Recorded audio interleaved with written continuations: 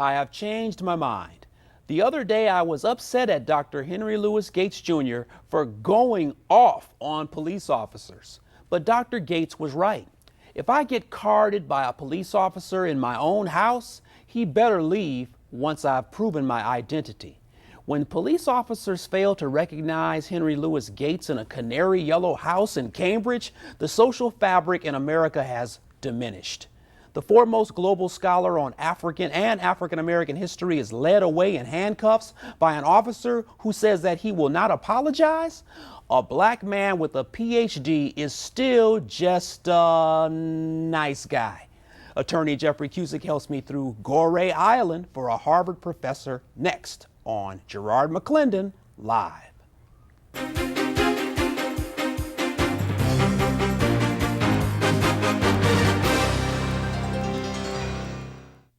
President Obama said that the officer acted stupidly after being asked about the Professor Gates incident, also stating that he would have been shot if trying to jimmy the door or window in his own house.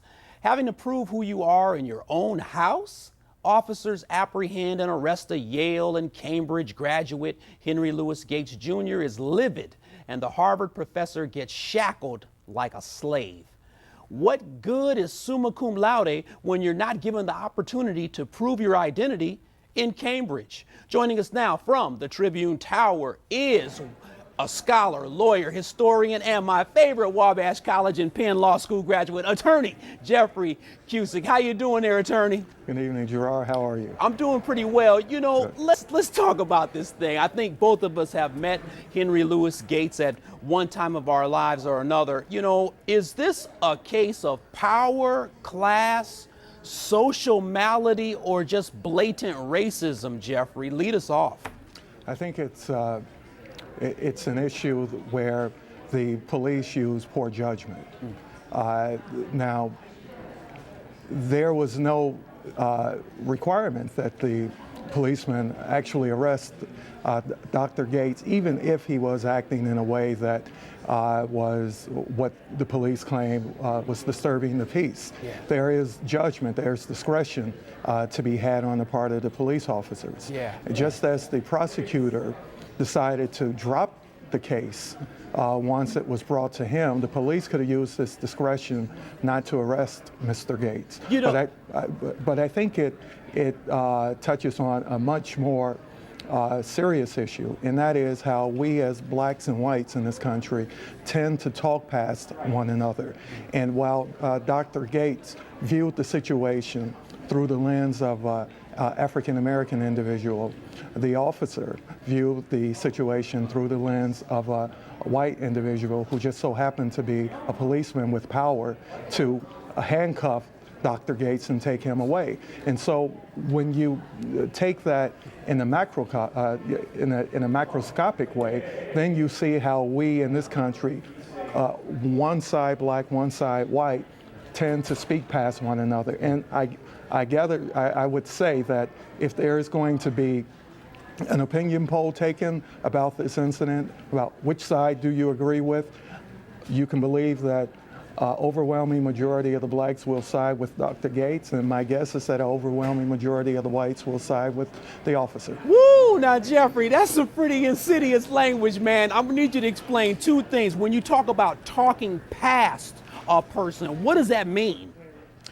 Well, you know, back in March of last year, Barack Obama gave a seminal speech on race in this country in Philadelphia, where he tried to negotiate the third rail of our social fabric, and that is race.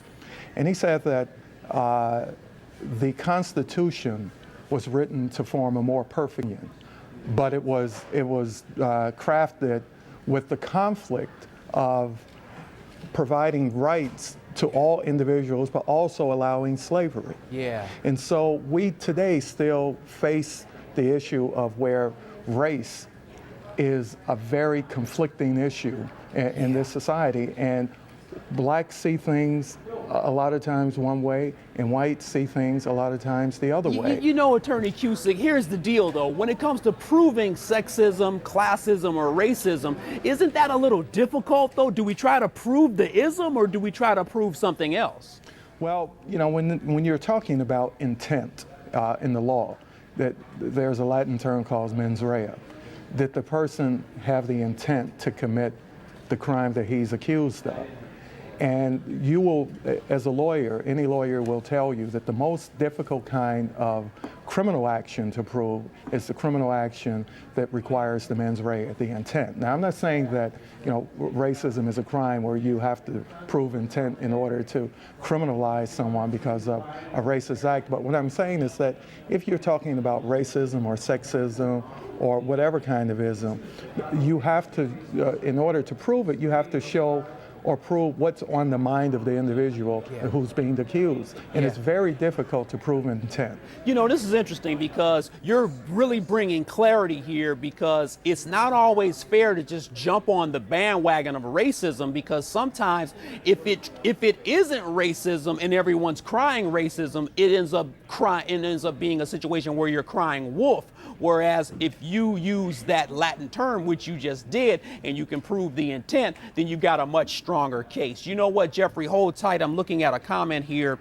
Russ from CLTV.com says, why don't we just change the law to make the race card an affirmative defense? It seems that no matter how you act, all you need to do is play the race card and all should be forgiven. That's Russ from CLTV.com. Hold tight, Attorney Cusic. Still to come on to tonight's show, your calls on Dr. Gates versus Sergeant Crowley, the showdown at Cambridge. Was Dr. Gates treated like a $20 criminal, or was the officer just doing his job? Call me. 630-575-TALK. Attorney Jeffrey Cusic holds it down with me as we navigate the maze of race, class, gender, and handcuffs. Garrard McClendon live, back in 2 minutes.